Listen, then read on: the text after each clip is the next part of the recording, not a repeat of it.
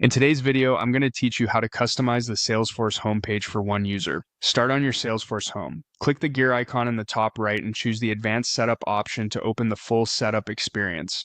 In the Quick Find box, type App Builder, then open Lightning App Builder. You'll land on the Lightning Pages list. Click New to create a new page.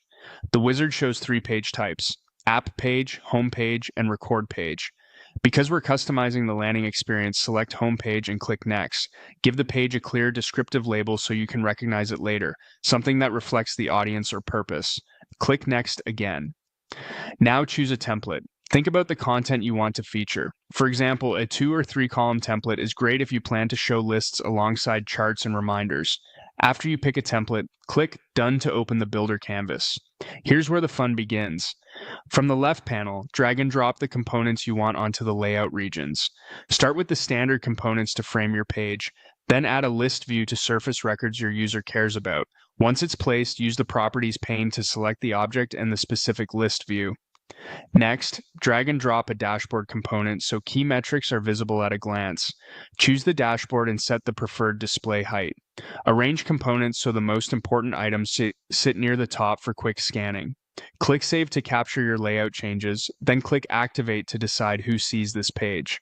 On the page activation screen, note that activating creates a custom tab for the page, and you can manage that tab's visibility later in setup.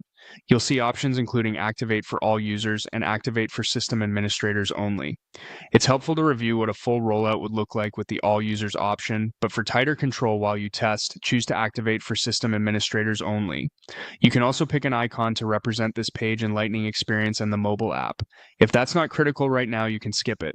To refine visibility even further, down to a single user, use permission sets or profile assignments in setup so only the intended person gains access to this home page.